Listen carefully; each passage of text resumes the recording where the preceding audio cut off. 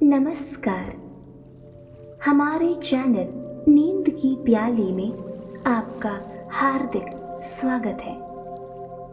आज हम आपको एक अनोखी और मधुर कहानी सुनाने जा रहे हैं जो आपकी दिन भर की थकान, परेशानियां और सभी उलझनों को धीरे धीरे आपसे दूर कर देगी, ताकि आप पूर्ण शांति से नींद की मीठी गोद में समा सकें। तो सबसे पहले एक शांत, आरामदायक जगह पर बैठें या लेट जाएं। अपनी आंखें बंद करें और धीरे धीरे सांसों पर ध्यान केंद्रित करें। गहरी सांस लें और उसे धीरे धीरे बाहर छोड़ें। आज का दिन चाहे कितना ही कठिन क्यों ना रहा हो, अब सब कुछ पीछे छोड़ देने का समय है। याद रखें, जब हम भविष्य की चिंता में खो जाते हैं तो वर्तमान की खूबसूरती हमसे छिन जाती है। अपनी हर सांस के साथ अपने मन की हर फिक्र को बाहर निकालें। जब भी सांस छोड़ें, अपनी सभी चिंताओं को छोड़ने की कल्पना करें। अपने शरीर को पूरी तरह से ढील दें। अपने मन को शांति की गहराई में डुबो दें। हमें पूरी आशा है कि इस कहानी के हर शब्द में आपको वह सुकून और शांति मिलेगी जो आपकी आत्मा के हर कोने को छू जाए। तो आइए अपने मन और शरीर को इस पल में डुबो दें और हमारे साथ इस नई जादुई कहानी के अनुभव में शामिल हो जाएं।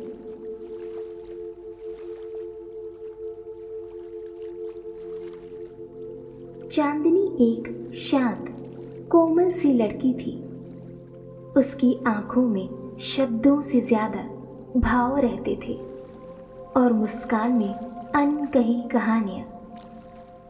दुनिया की चहल पहल से दूर वह अपनी दादी के साथ पली बड़ी थी। एक स्नेही, सौम्य सी वृद्धा जिनके हाथों की लकीरों में अनुभव था और हृदय में अथाह प्रेम। दादी अक्सर चांदनी के बालों में उंगलियां फेरते हुए कहा करती थी, मेरी बच्ची, तू तो एक चांद का टुकड़ा है। चाहे कितना भी अंधेरा हो या कितनी ही बड़ी मुश्किल क्यों ना आए, तू हर जगह रोशनी भर देती है और यही तेरी सबसे बड़ी ताकत है। चांदनी मुस्कुरा देती और वह मुस्कान दादी के लिए सबसे बड़ी दवा होती। समय के साथ दादी का शरीर कमजोर होने लगा। उम्र ने अपना असर दिखाया और वे अक्सर बीमार रहने लगी। फिर एक शाम आई, धीमी, उदास और बेहद खामोश।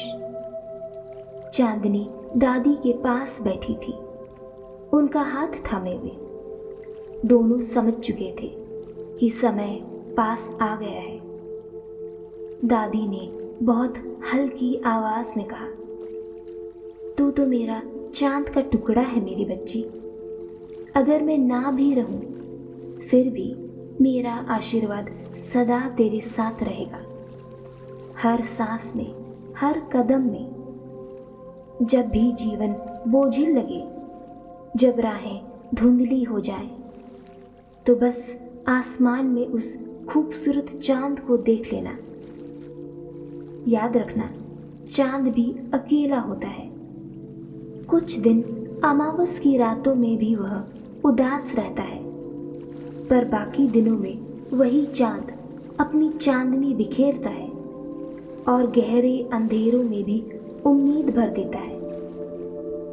हमारी जिंदगी भी ठीक वैसी ही है। कभी अमावस तो कभी पूर्णिमा, पर अंत में उजाला हमेशा लौट कर आता है। इतना कहते कहते दादी की सांसें थम गई। चांदनी फूट फूट कर रो पड़ी। इस मुश्किल घड़ी में उसका साथ देने के लिए लोग थे, कुछ रिश्तेदार, मित्र, शुभचिंतक, पर वह अपनापन नहीं था, वह सुकून नहीं था। चांदनी भीतर से अकेली हो चुकी थी। हर रात चांद को देखती, पर दिल और भारी हो जाता। उसे दादी की याद बहुत सताती थी। अब उसका कोई अपना नहीं रहा जिसके पास बैठकर वह दिन भर की बातें खोल सके। कभी नौकरी की परेशानियां, कभी बनते बिगड़ते काम, और कभी बस यूं ही थक हार कर घर लौटने पर वह गहरा सन्नाटा। अब प्यार से पूछने वाला कोई नहीं था जो माथा सहला कर कहे, बेटा कुछ खाया? चांदनी एक अध्यापिका थी।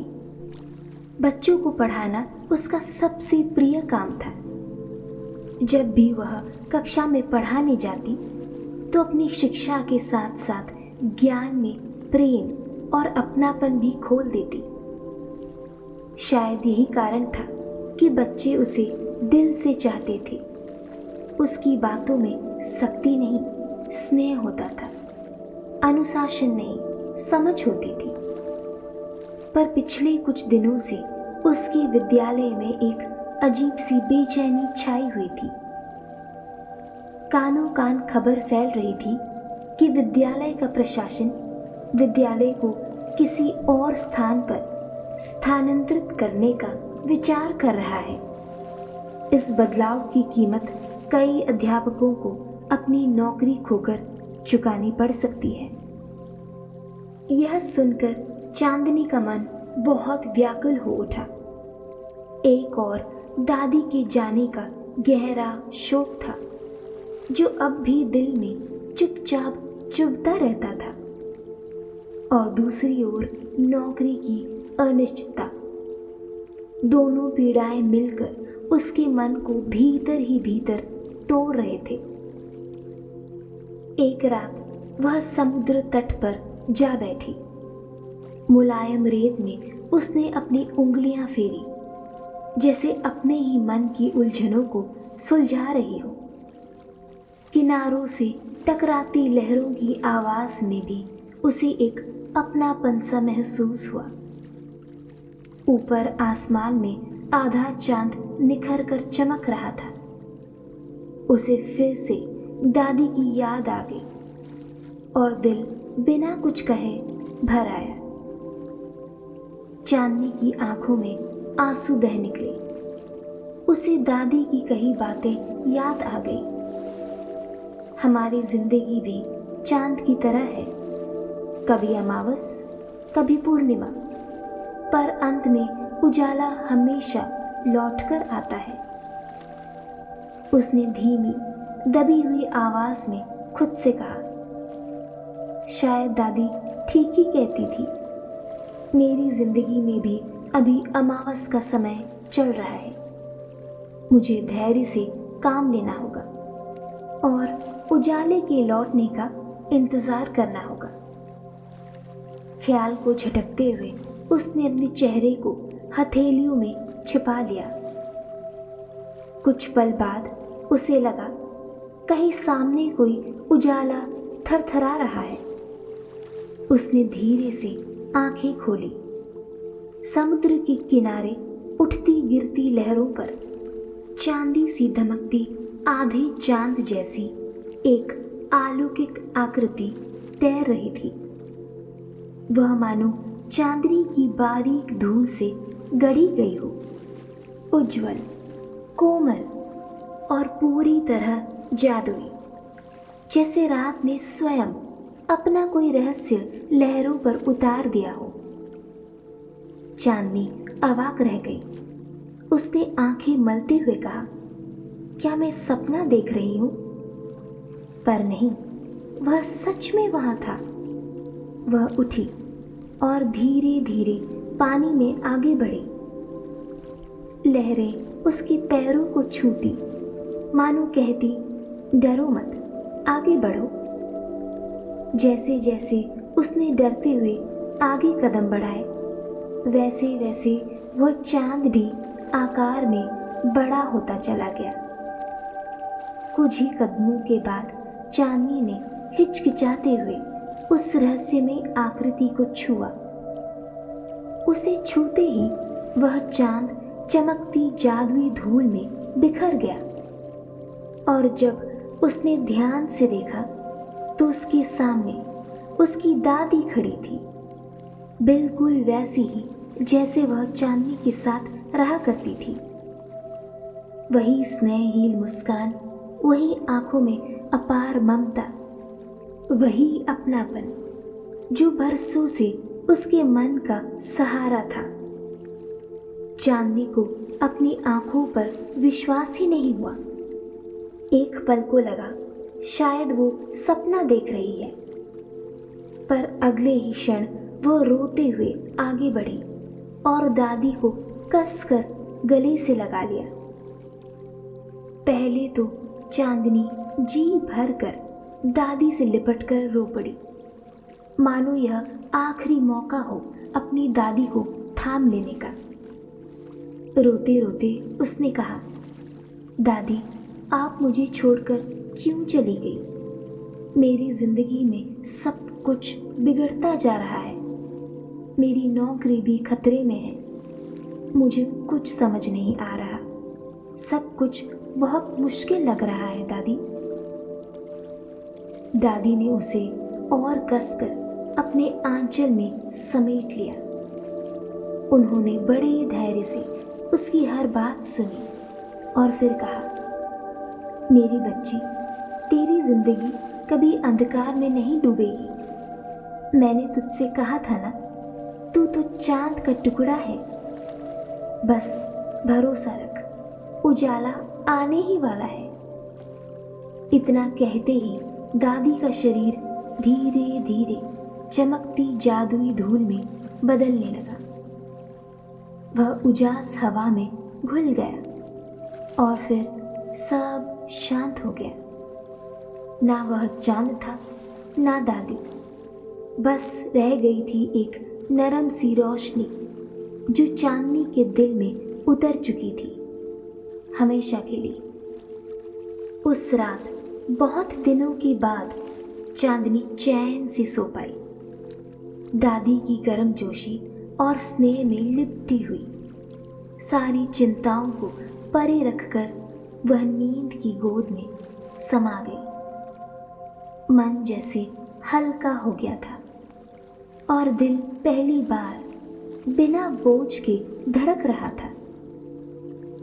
अगली सुबह वह बिना किसी डर, बिना किसी उम्मीद या आशंका के अपने विद्यालय के लिए निकल पड़ी। बस कदम आगे बढ़ते गए। विद्यालय में कुछ समय बिताने के बाद प्रशासन की ओर से उसे किसी विशेष बात के लिए बुलाया गया। चांदनी के मन में कई सवाल उमड़ने लगे, पर वह घबराई नहीं। उसने अपने दिल को थामा और शांत भाव से आगे बढ़ गई। प्रशासन समिति के प्रमुख ने गंभीर किंतु स्नेहपूर्ण स्वर में कहा, चांदनी, आप कई वर्षों से हमारी संस्था से जुड़ी हुई हैं। आपकी निष्ठा, समर्पण और बच्चों के प्रति आपका स्नेह हम सब ने बहुत करीब से देखा है। हालांकि विद्यालय का एक विभाग हम किसी अन्य स्थान पर स्थानांतरित करने जा रहे हैं, लेकिन इस जूनियर विद्यालय की जिम्मेदारी हम आपको सौंपना चाहते हैं।